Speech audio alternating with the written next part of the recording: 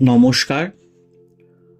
Ramakrishna TV YouTube চ্যানেলের পক্ষ থেকে সকল মা, বাবা, দাদু, দিদা, ঠাকুমা, ঠাকুরদাদা, দাদা, দিদি, ছোট ছোট ভাই বোনদের জানাই অনেক অনেক ভালোবাসা, প্রীতি ও আন্তরিক শুভেচ্ছা। আমি আজকে আবার নতুন করে চলে এসেছি দীক্ষা সম্পর্কে আলোচনা করতে। আমরা ঠাকুর শ্রী রামকৃষ্ণ পরমহংসদেবের দীক্ষা কিভাবে নেব, কোথার থেকে নেব, তার কি প্রস্তুতি, সেই সম্পর্কে আজকে আমরা বিস্তারিতভাবে আলোচনা করব এবং একটি কথা বলবো, সম্পূর্ণভাবে আপনারা প্রথম থেকে শেষ অবধি ভিডিওটি দেখবেন, শুনবেন। আশা করি আপনাদের অনেকের যা যা ভেতরে প্রশ্ন আছে দীক্ষা সম্পর্কিত সমস্ত কিছু আজকে এই ভিডিওর মাধ্যমে ক্লিয়ার হয়ে যাবে। তাই জন্য আমি আবারও শ্রী শ্রী রামকৃষ্ণ মিশনের দীক্ষার আগে ও পরে বইটি থেকে আমি আলোচনা করব এবং এই বইটি সংকলক করেছেন প্রভাস দাস, দীপক কুমার সরকার। আপনারা এই বইটি যে কোনো রামকৃষ্ণ মিশন ব্রাঞ্চ থেকে সংগ্রহ করতে পারবেন। তো চলুন আজকের আলোচনা শুরু করা যাক। দীক্ষা নেবেন কেন? উত্তর, ঈশ্বরের পথে চলার জন্য। দীক্ষার উদ্দেশ্য কি? দীক্ষা নেওয়ার উদ্দেশ্য সরলভাবে সাধন ভজন করে ভগবান লাভ করতে চেষ্টা করা, ঈশ্বর লাভের সঠিক পথ জানা এবং সেই পথ ধরে চলে ঈশ্বর লাভ করা। দীক্ষার মাধ্যমে গুরু শিষ্যকে ঈশ্বরের কাছে পৌঁছানোর সঠিক পথ বলে দিয়ে পথ চলার সঠিক নির্দেশ দেন। যদি আপনার মনে দৃঢ় বিশ্বাস হয়ে থাকে যে বিশ্ব ব্রহ্মাণ্ডের একমাত্র নিয়ন্তা ভগবান এবং জীবনে শান্তি, আনন্দ ও পূর্ণতা লাভ করতে হলে শ্রী ভগবানের কৃপা তথা আশীর্বাদ লাভ একান্ত প্রয়োজন, তাহলে দীক্ষা লাভ করে ভগবানের দিকে অগ্রসর হওয়ার চেষ্টা করুন। ভগবানের পথে চলার জন্য আপনি এক পা এগোলে ভগবান 10 পা এগিয়ে এসে আপনাকে চলতে সাহায্য করবেন।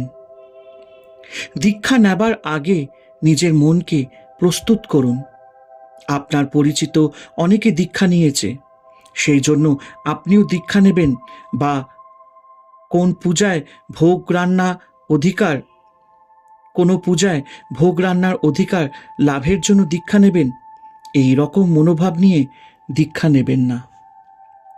মন্ত্র নিতে হয় যখন গুরুতে ভগবত বুদ্ধি আসে।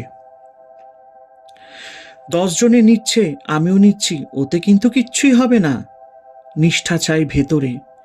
গুরুকে ঈশ্বর বলে যখন বোধ হয় তখন মন্ত্র নেওয়া যায়। একই দেখা দেখি নেওয়ার ব্যাপার। ও নিচ্ছে তাই আমিও নিচ্ছি, এভাবে কিন্তু দীক্ষা পরিপূর্ণ হয় না। দীক্ষার জন্য প্রস্তুতি প্রবন্ধে স্বামী ভূতেশানন্দ মহারাজজি বলেছেন, দীক্ষা নেওয়ার পূর্বে মানুষের জমি তৈরি করতে হয়। বীজ বপনের আগে জমি প্রস্তুত না করে বীজ বপন করলে তা বৃথা হয়। আগে চাষ করে সার দিয়ে জমিকে প্রস্তুত করতে হয়, তারপর বীজ দিলে তাতে সুফল পাওয়া যায়। ভগবানের নাম নেওয়ার আগে, তার নামে দীক্ষা নেওয়ার আগে মন জমিটি তৈরি করতে হবে। মন শুদ্ধ না হলে তাতে কাজ হবে না। সদাচার, বিনয়, শ্রদ্ধা এবং আগ্রহ সব মিলিয়ে মনকে প্রস্তুত করতে হবে। ভগবানের নাম নেওয়ার জন্য যদি অন্তরে ঠিক ঠিক আগ্রহ থাকে, তাহলে দীক্ষার পরিণাম হবে অপূর্ব। ঠাকুর শ্রী রামকৃষ্ণের একটি উপমা আছে, শুকতি তার খোলা ছড়িয়ে অপেক্ষা করে থাকে। একবার স্বাতী নক্ষত্রের 1 ফোঁটা জল যদি তাতে পড়ে, সে তখন তার সেই খোলা বন্ধ জলের নিচে তলিয়ে যায়। তারপর সে মুক্ত তৈরি হয়। ওই 1 ফোঁটা সাথী নক্ষত্রের জল হলো মন্ত্র দীক্ষা। মন্ত্র দীক্ষা নেওয়ার আগে ওই রকম আগ্রহ নিয়ে নিজের অন্তরকে ওই শক্তির মতো উন্মুক্ত করে তত্ত্বকে গ্রহণ করবার জন্য অপেক্ষা করতে হবে। তাহলেই মন্ত্র জীবনে সফল হয়। শ্রদ্ধা ভক্তি যদি না থাকে তাহলে দীক্ষার সার্থকতা আসে না। তাই মন্ত্রের শ্রদ্ধাপূর্বক হতে হবে, শ্রদ্ধা সহকারে মন্ত্রকে গ্রহণ করতে হবে। তবেই সেই বীজ ফলে ফুলে সুশোভিত বৃক্ষে পরিণত হবে।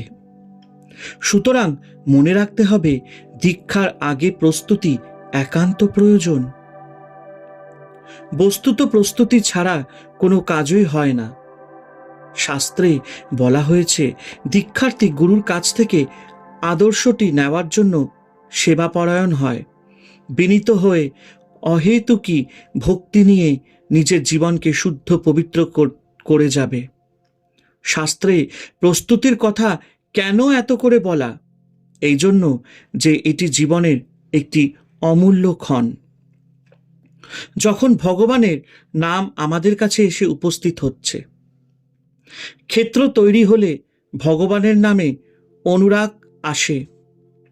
এটি দীক্ষার জন্য আগ্রহী এবং দীক্ষিত সকলকে বিশেষ করে মনে রাখতে হবে। শাস্ত্রে এই জন্য বলা হয়েছে, বিনয়ী হতে হবে, সেবাপরায়ণ হতে হবে, জীবনকে যথাসাধ্য শুদ্ধ পবিত্র রাখতে হবে। অনেকের একটি বিপরীত ধারণা আছে। তারা মনে করেন দীক্ষা নিলে তাদের দেহ মন শুদ্ধ হবে। এটি ভ্রান্ত ধারণা। দীক্ষা নিলে সেই দীক্ষাকে গ্রহণ করবার জন্য আমাদের হৃদয়কে পরিষ্কার করা দরকার। ভগবানকে যখন প্রতিষ্ঠা করতে হয় তখন ভালো করে মন্দির মার্জনা করে চারিদিক শুদ্ধ পরিষ্কার পরিচ্ছন্ন করে তবে সেখানে ভগবানকে প্রতিষ্ঠা করা যায়। মন্ত্রগ্রহণ মানে জীবনে ভগবানকে প্রতিষ্ঠা করা। তারই জন্য যা কিছু প্রস্তুতি, এই প্রস্তুতি বিষয়টি উপেক্ষা করলে, এই প্রস্তুতি না থাকলে আমাদের অন্তরে ভগবানকে প্রতিষ্ঠা করা যাবে না। এই কথাটি বিশেষ করে মনে রাখতে হবে। দীক্ষা নেওয়ার একটা অনুকূল সময় আছে। যখন মন দীক্ষা গ্রহণের জন্য ব্যাকুল হয় তখন বোঝা যায় মন্ত্র গ্রহণ করবার সামর্থ্য এসেছে। মনে রাখতে হবে যে দীক্ষা জীবনের একটা গুরুত্বপূর্ণ ঘটনা। সুতরাং দীক্ষার বিষয়টি গুরুত্ব সহকারে নিতে হবে। একটি কথা বলছি, শুধু দীক্ষিতদের জন্য নয়, সকলকেই বলছি। দীক্ষা যেন আমাদের একটা স্ট্যাটাস সিম্বল না হয়ে যায়, বা দীক্ষাকে যেন স্ট্যাটাসের মাধ্যমে হিসাবে না দেখা হয়। দীক্ষা যে ভগবান লাভেরই মাধ্যম তা যেন মনে থাকে। যারা দীক্ষা নিতে আসেন তাদের ভিতরে একটা গাম্ভীর্য থাকা দরকার। দীক্ষা যে জীবনের একটা বিশেষ গুণ সেটা মনে রাখা দরকার। দীক্ষা সম্বন্ধে একটা সম্ভ্রমের ভাব মনে রাখা দরকার। দীক্ষা যে জীবনের একটি গুরুত্বপূর্ণ ঘটনা, এই কথা মনে রাখতে হবে। তা না হলে এই ঘটনার সার্থকতা আসবে না। দীক্ষার জন্য প্রস্তুতি স্বামী ভূতেশানন্দ এই কথাটি বলেছেন আমাদের কাছে। মোক্ষ লাভের জন্য যখন প্রবল ইচ্ছা জন্মায়, সাধক যখন ঈশ্বর লাভের জন্য ব্যাকুল হন, তখন জমি বীজ বপনের উপযোগী হয়। সাধন তখন গুরুর কৃপা লাভ করেন। যখন সাধক বিশ্বস্তভাবে আগ্রহের সহিত আধ্যাত্মিক জীবন অন্বেষণ করেন, আধ্যাত্মিক শক্তি প্রেরককে তখনই আসতে হয়। এবার আমরা একটু আলোচনা করব দীক্ষা নেবার সঠিক বয়স। অনেকের মধ্যে একটা ভুল ধারণা প্রচলিত আছে যে দীক্ষা নিতে হয় শেষ বয়সে।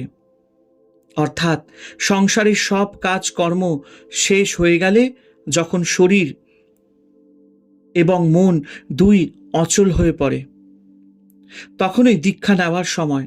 ধারণাটি সম্পূর্ণ ভুল। দীক্ষা নেওয়ার উদ্দেশ্য যদি ভগবানের পথে চলা এবং তার শ্রী পাদপদ্মে ভক্তি লাভ হয়, তবে জীবনের প্রারম্ভেই তা শুরু করা প্রয়োজন। শরীর মন যখন অসীম শক্তির আধার হয়ে থাকে, তখন এই দীক্ষা নিয়ে পূর্ণ শক্তি দিয়ে ভগবান লাভের সাধনা করা দরকার। সংসারের দৈনন্দিন কাজকর্মের সঙ্গে ঈশ্বরের প্রীতি লাভের চেষ্টায় কোনো বিরোধ নেই, বরং ঈশ্বরকে স্মরণ করতে করতে সংসারের কাজকর্ম করলে সাংসারিক জীবন শান্তিপূর্ণ হয়। শ্রীরামকৃষ্ণ বলেছেন, এক হাত ঈশ্বরের পাদপদ্মে রেখে আর এক হাতে সংসারের কাজ করো। জীবনের সবচেয়ে উত্তম সময় 16 থেকে 30 বৎসর। এই সময়টা গোলমালে কাটিয়ে দিয়ে বুড়ো বয়সে ধর্ম করবি মনে করছিস? নিজেকে ফাঁকি দেওয়া, নিজেকে ঠকানো, একেই বলে। কথাটি বলেছিলেন ঠাকুর শ্রীরামকৃষ্ণ। তিনি বলছেন, অনেকে সারা জীবন গোলমাল কাটিয়ে পেনশন নিয়ে তীর্থবাস করে। তারা মনে করে তীর্থবাস করলে সারা জীবনের অশুভ কাজের যা কিছু কুফল সব নষ্ট হয়ে যাবে এবং মৃত্যুর পরে মুক্তি লাভ হবে। পাগল আর কাকে বলে? অবশ্য তীর্থস্থান পবিত্র স্থান। মনে প্রাণে ঠিক ঠিক এই জ্ঞান যার আছে, তীর্থবাসের ফলে তার মনে কতকগুলি ভালো সংস্কার পড়বে আর তার কিছু ফলও হবে। এই পর্যন্ত আর কি। কথাটি বলেছিলেন ধর্ম প্রসঙ্গে স্বামী ব্রহ্মানন্দ মহারাজজি। 16 থেকে 30 বছর পর্যন্তই জীবনের সবচেয়ে ভালো সময়, যখন শরীরে পূর্ণ ক্রিয়াশক্তি থাকে এবং মনে উৎসাহ, উদ্যম, সাহস, আত্মপ্রত্যয়, দৃঢ় সংকল্প, ইচ্ছাশক্তি প্রভৃতি অভীষ্ট লাভের উপযোগী গুণগুলি আপনা থেকেই বিদ্যমান থাকে। তুমি কি মনে করো জীবনেরই অমূল্য সময়টা বৃথা কাজে নষ্ট করে বুড়ো বয়সে সাধন ভজনে মন দেবে? বৃথা আশা। তখন যদিও মনে ইচ্ছা থাকে, দেখবে শরীর বইবে না, নানা দুরারোগ্য ব্যাধিতে ঘিরবে, সামান্য একটু পরিশ্রমে ক্লান্ত হয়ে এলিয়ে পড়বে, আলস্য তন্দ্রা আসবে। তাছাড়া জীবন তো আজ আছে, কাল নেই। কে বলতে পারে তুমি বুড়ো বয়স পর্যন্ত বাঁচবে ও তখন অবসর পাবে? যৌবনেই ধর্ম সাধনার সবচেয়ে ভালো সময়। তখন যদি উঠে পড়ে লেগে যথেষ্ট আধ্যাত্মিক শক্তি সঞ্চয় করা যায়, তো অবশিষ্ট জীবন অনেকটা নিরাপদে, সুখে ও শান্তিতে কাটানো যায়। যতই বিপদ আসুক না কেন, কিছুতেই বিচলিত করতে পারে না। ব্যাখ্যাটি করেছেন পরমার্থ প্রসঙ্গ স্বামী বিরজানন্দ মহারাজজি। চলুন এবার আমরা একটু আলোচনা করব দীক্ষা নেবার আগে আমরা কি কি করব, তার প্রস্তুতি কিভাবে নেব, সেই সম্পর্কে একটু আলোচনা। দীক্ষা নেবার আগে যে দেবতার মন্ত্র নিতে চান, তার সম্পর্কে সবিশেষ জানা নিতান্ত দরকার। বাড়ির বা পরিবারের বা আত্মীয় স্বজন কি পরিচিতিদের কেউ হয়তো মা কালীর মন্ত্রে দীক্ষা নিয়েছেন, কেউ হয়তো ভগবান শ্রীকৃষ্ণ মন্ত্রে বা অন্য কোনো মন্ত্রে দীক্ষা নিয়েছেন। তাদের দেখা দেখি আপনিও সে মন্ত্রে দীক্ষা নেবেন, এটা কিন্তু ঠিক নয়। আপনি নিজের মনের দিকে তাকিয়ে দেখুন, মন কার প্রতি বেশি ভক্তিপ্রবণ। তিনি মা কালী হতে পারেন, ভগবান শ্রীকৃষ্ণ হতে পারেন, বা অন্য কেউ হতে পারেন। যার প্রতি মন বেশি আকৃষ্ট হবে তার মন্ত্র নিলে আপনি সুফল পাবেন। যদি নিজে কোনো দেবদেবীকে নির্বাচন করতে না পারেন, তবে যার কাছে দীক্ষা নেবেন সেই গুরুকে বলুন, তিনি আপনাকে সঠিক দেবতার মন্ত্র দেবেন। যদি আপনি নিজে কোনো দেবতার মন্ত্র নিতে আগ্রহী হন, তবে দীক্ষা নেবার আগে সেই দেব বা দেবী সম্পর্কে প্রাথমিক জ্ঞান লাভের জন্য তার সম্পর্কে জানুন। সেই সম্পর্কে উপযোগী যেসব বই পাওয়া যায় তা পড়ুন। যেসব মহাত্মা সেই দেবদেবীর সাধনা করে সিদ্ধ হয়েছেন তাদের জীবনী বা তাদের উপদেশ পড়ুন। শ্রী শ্রী গীতা, রামায়ণ, মহাভারত, শ্রীমদ্ ভগবত, শ্রী শ্রী রামকৃষ্ণ কথামৃত ইত্যাদি বই দীক্ষা নেওয়ার আগে সকলেরই পড়া উচিত। যারা রামকৃষ্ণ মঠ মিশন বা শ্রীমা সারদা মঠ থেকে দীক্ষা নিতে চান তারা অবশ্যই ভগবান শ্রী রামকৃষ্ণ, মা সারদা দেবী এবং স্বামী বিবেকানন্দ সম্পর্কে উপযুক্ত বই, মানে সেই বইগুলি হচ্ছে স্বামী তেজসানন্দা রচিত শ্রীরামকৃষ্ণ জীবনী, স্বামী নিরাময়ানন্দ রচিত শ্রী শ্রী মা সারদা এবং স্বামী বিশ্বাশ্রয়ানন্দ রচিত স্বামী বিবেকানন্দ তথা শ্রী শ্রী রামকৃষ্ণ কথামৃত, লীলা প্রসঙ্গ, স্বামী বিবেকানন্দের বাণী ও রচনা এবং উপদেশবলি পড়ে প্রাথমিকভাবে ঠাকুর, মা, স্বামীজি সম্পর্কে ধারণা তৈরি করে নিয়ে দীক্ষার চেষ্টা করবেন।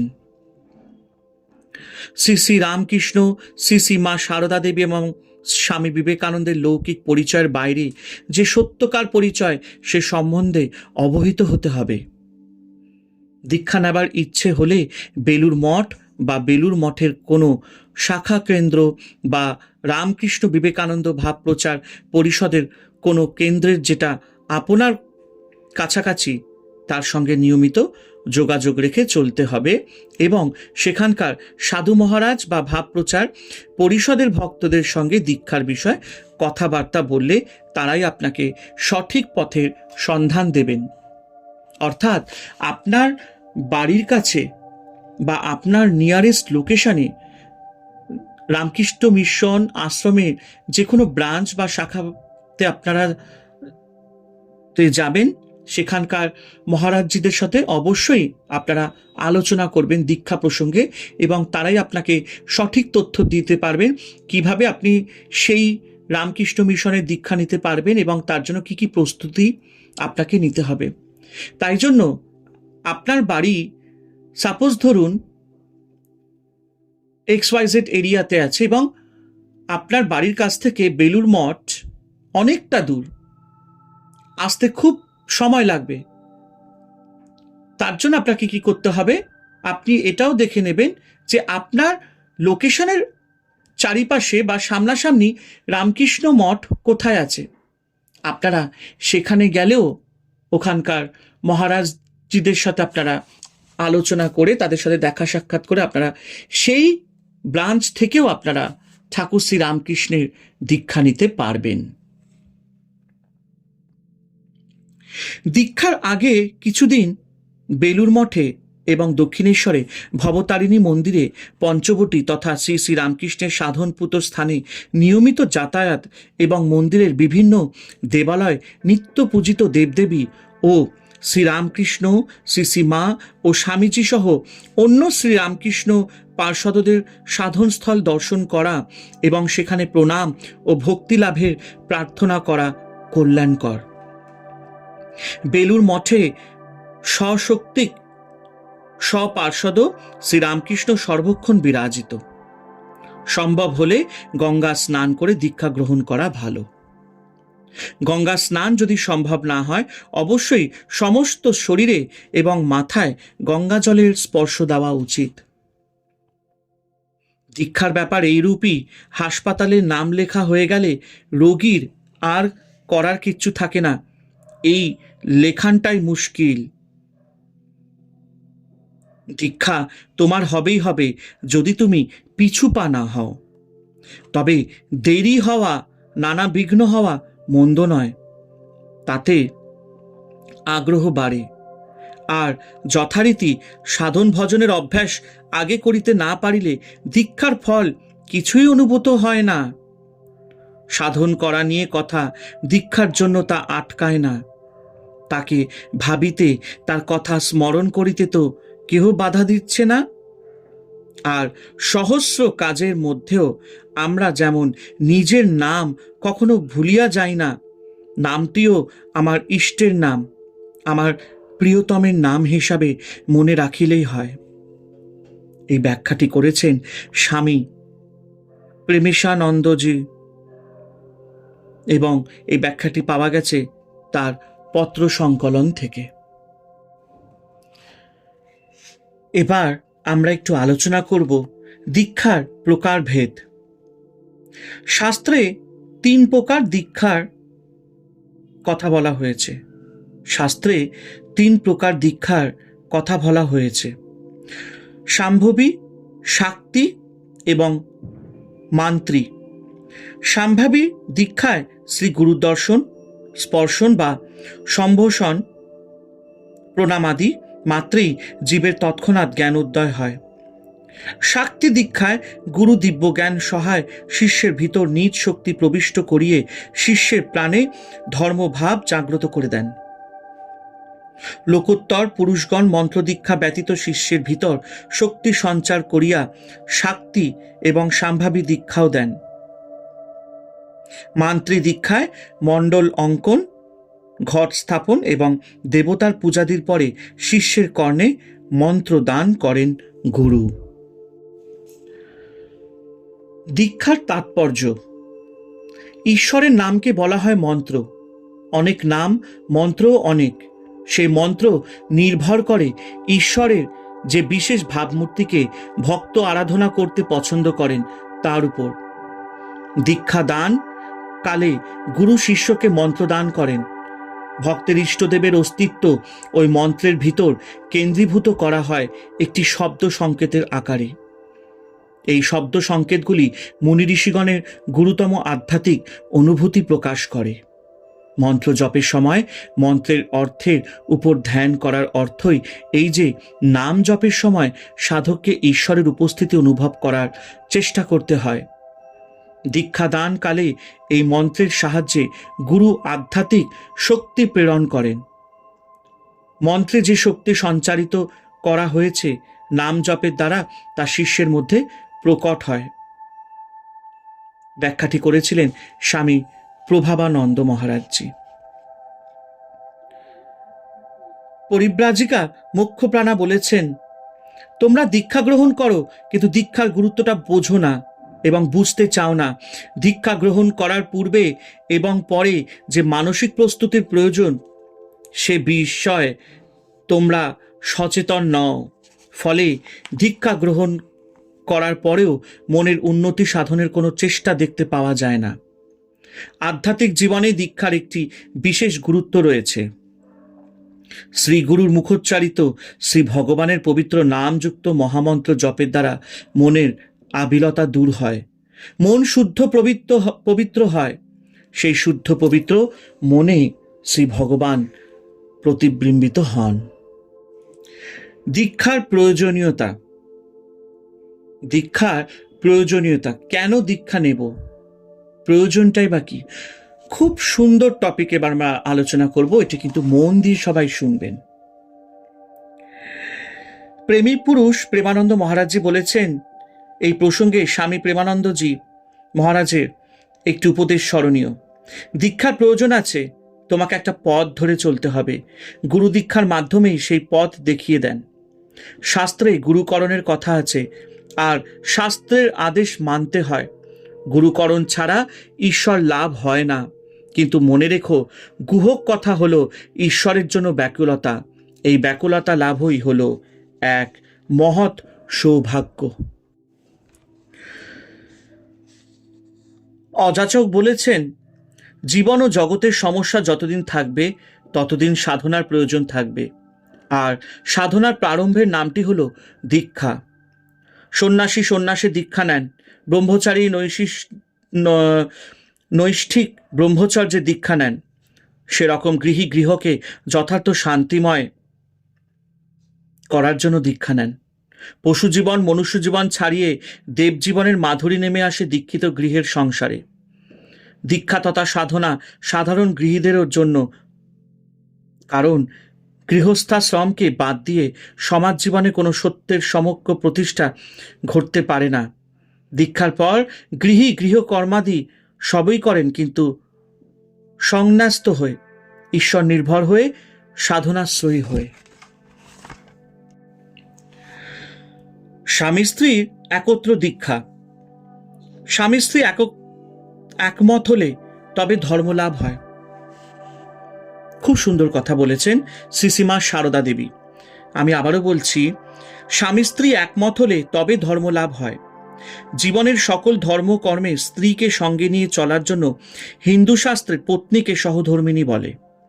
এককভাবে কোনো অনুষ্ঠান করলে যে উৎসাহ, প্রেরণা, রস ও আনন্দ পাওয়া যায়, উভয় যৌথভাবে করলে সেই প্রেরণা, উৎসাহ, আনন্দ তার থেকে শতগুণ বেশি হয়। যে দুটি প্রাণ সাংসারিক নানা বিষয়কর্ম জীবনভর একত্রে করে এসেছে, তারা যখন এই ধর্মকর্ম বা আধ্যাত্মিক কর্ম একত্রে করেন, তখন তারা অনাস্বাদিত পূর্ব ভিন্নতর এবং উন্নততর একটি স্বাদের আস্বাদ পান। এই জন্যই দম্পতির একত্রে নাম জপ, উপাসনা, ধ্যান বা তীর্থযাত্রা এত সরস, আনন্দময় এবং কার্যকরী। স্ত্রী বা স্বামী যদি বিবাহের পূর্বেই দীক্ষা নিয়ে থাকেন, তবে একত্র দীক্ষা গ্রহণের সুবিধাটুকু কিছুটা হ্রাস পায়। তবে সম্ভব হলে একই গুরুর বা একই প্রতিষ্ঠানের নিকট থেকে অপরজনের দীক্ষা নেওয়া ভালো। আর উভয় যদি দুই ভিন্ন গুরুর বা ভিন্ন মন্ত্রে বা পথে দীক্ষিত হয়ে থাকেন, তবে এই ভাবনায় সাধনা করা চলে যে প্রকৃত প্রস্তাবে তারা উভয়ে একই জনকে আরাধনা করছেন। বিয়ের পর মন্ত্র পাল্টানো বা গুরু বদল বিশেষ করে জোর করে কখনোই উচিত নয়। এর ফল শুভ হয় না। অল্প বয়সীদের দীক্ষা। আমরা ছোট্ট ছেলেমেয়েদের দীক্ষা দিতে চাই না। অনেক সময় ভক্তরা খুব আগ্রহ করে তাদের 10-12 বৎসরের বা আরও কম বয়সী ছেলেমেয়েদের দীক্ষা দিতে অনুরোধ করেন। আমরা না বললে তারা দুঃখিত হন, বারবার অনুরোধ করেন। তারা বোঝেন না দীক্ষার উদ্দেশ্য কি। এই ছোট ছোট শিশুরা, তারা কি দীক্ষার জন্য প্রস্তুত? সেই সব কিছু নয়। এসব দীক্ষা ছেলে খেলা করার আবদার। কেউ কেউ হয়তো আন্তরিক শ্রদ্ধাপূর্ণ হয়ে অনুরোধ করেন, কিন্তু তারা দীক্ষার মাহাত্ম্য, তাৎপর্য ও গুরুত্ব সম্পর্কে সম্যক অবহিত নন বলেই তা করেন। দীক্ষা নেওয়ার একটা অনুকূল সময় আছে। যখন মন দীক্ষা গ্রহণের জন্য ব্যাকুল হয়, তখন বোঝা যায় মন্ত্র গ্রহণ করবার সামর্থ্য এসেছেন। ব্যাখ্যাটি করেছেন স্বামী ভূতেশানন্দ মহারাজজি। মন্ত্র দীক্ষা ও সাংসারিক লাভালাভ। অনেকের ধারণা যে সদ্গুরুর কাছে মন্ত্র দীক্ষা নিলে তার কৃপায় সব দুঃখ ঘুচে যাবে, তখন দুরারোগ্য ব্যাধি সেরে যাবে, মনের মতো চাকরি হবে, ঐহিক সুখ সম্পদ লাভ হবে, কন্যাদায় হতে মুক্ত হবে, স্কুল কলেজের পরীক্ষায় পাশ হবে, মামলায় জিত হবে, ব্যবসা বাণিজ্যের উন্নতি হবে, সংসারের জ্বালা যন্ত্রণা অশান্তি দূর হবে, শনির দশা কেটে যাবে, আরও কত কি অলৌকিক বা অপ্রত্যাশিত ভাবে হবে। তাদের জানা উচিত যে দীক্ষা বা ধর্মলাভের সঙ্গে এইসব ঐহিক লাভের ব্যাপারের কোনো সম্বন্ধ নেই বা কোনো সম্পর্ক নেই। আর এই সকলের জন্য গুরুর কাছে আবদার করা মহাহীনতা। ধর্মভাবের মোটেই লক্ষণ নয়। গুরু তো আর হর্তাকর্তা বিধাতা নন। তাকে এসবের জন্য বিব্রত ও জ্বালাতন করা অত্যন্ত অন্যায়। তাতে তার আশীর্বাদ লাভের চেয়ে বিরাগ ভাজনই হতে হয়। কথাটি বলেছিলেন বা এই প্রসঙ্গটি ব্যাখ্যা করেছেন স্বামী বিরজানন্দ মহারাজজি। গুরু কথাটি বা গুরু শব্দের অর্থ। গু শব্দের মানে অন্ধকার এবং রু শব্দের মানে তার নিরোধ জ্যোতি। অন্ধকার দূর করেন বলে তাকে গুরু বলা হয়। প্রথম বর্ণ গু মায়া ও তাহার গুণের ভাষক। দ্বিতীয় বর্ণ রু স্বয়ং ব্রহ্ম, যিনি মায়ারূপ ভ্রান্তি দূর করেন। কথাটি বা ব্যাখ্যাটি করেছেন স্বামী রঘুবরানন্দ মহারাজজি। ত্রিতাপদগ্ধ জীবকে যিনি শান্তির পথে ভগবানের দিকে নিয়ে যান, তিনিই গুরু। গুরু ও শিষ্যের সম্বন্ধ পারমার্থিক পিতা পুত্র ভাব। ঐহিক পিতা জন্ম দেন, পিতৃঋণ বংশরক্ষা শ্রাদ্ধাদির দ্বারা শোধ করা যায়, কিন্তু গুরু অবিদ্যা থেকে উদ্ধার করেন বলে তার ঋণ শোধ করা যায় না, সর্বস্ব অর্পণ করেও না। যেমন বংশ পরম্পরাক্রমে পিতৃপুরুষদের কিছু না কিছু গুণ পুত্র পৌত্রাদিতে বর্তায়, তেমনি গুরু পরম্পরায় কিছু না কিছু আধ্যাত্মিক ভাব শিষ্য প্রশিষ্যে বর্তায়। প্রসঙ্গটি ব্যাখ্যা করেছেন স্বামী বিরজানন্দ মহারাজজি। সদ্গুরুর চরণাশ্রয় ছাড়া সাধন ভজন বা ভগবান লাভ অসম্ভব। ঈশ্বরের পথে চলবার সর্বপ্রথম স্তর সদ্গুরুর কাছে দীক্ষা লাভ তথা গুরুর নির্দেশ মতো সাধন ভজন করা। এই জন্য গুরুকরণ আবশ্যক, দীক্ষা নেওয়া আবশ্যক।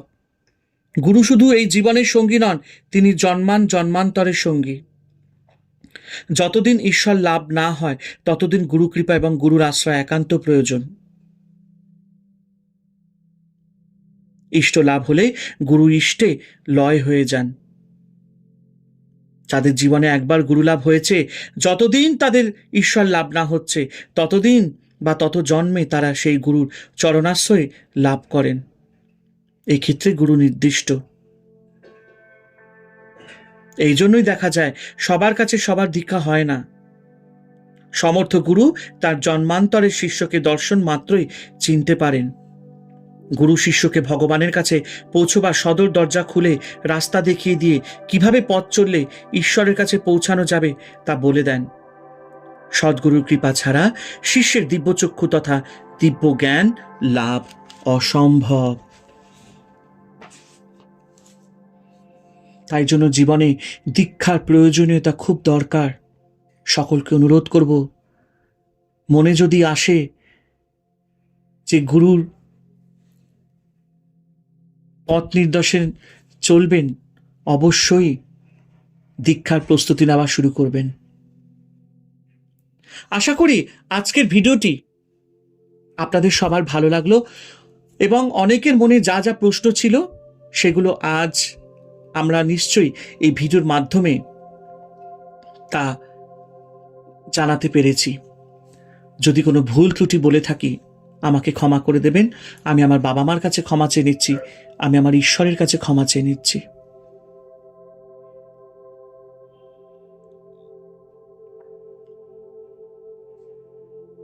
ওম শান্তি, ওম শান্তি, ওম শান্তি।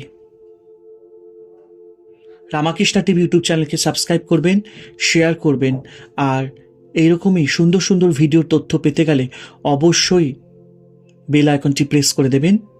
এবং রামাকৃষ্ণ টিভি সবসময় চেষ্টা করে এসেছে আপনাদেরকে ভালো কিছু তথ্য প্রেজেন্ট করার এবং ভালো কিছু আলোচনা নিয়ে আপনাদের মন ভালো রাখার।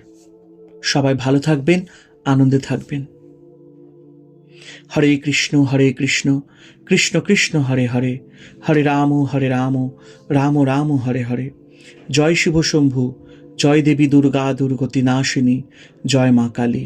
ওং নমো ভগবতে বাসুদেবায় নমঃ।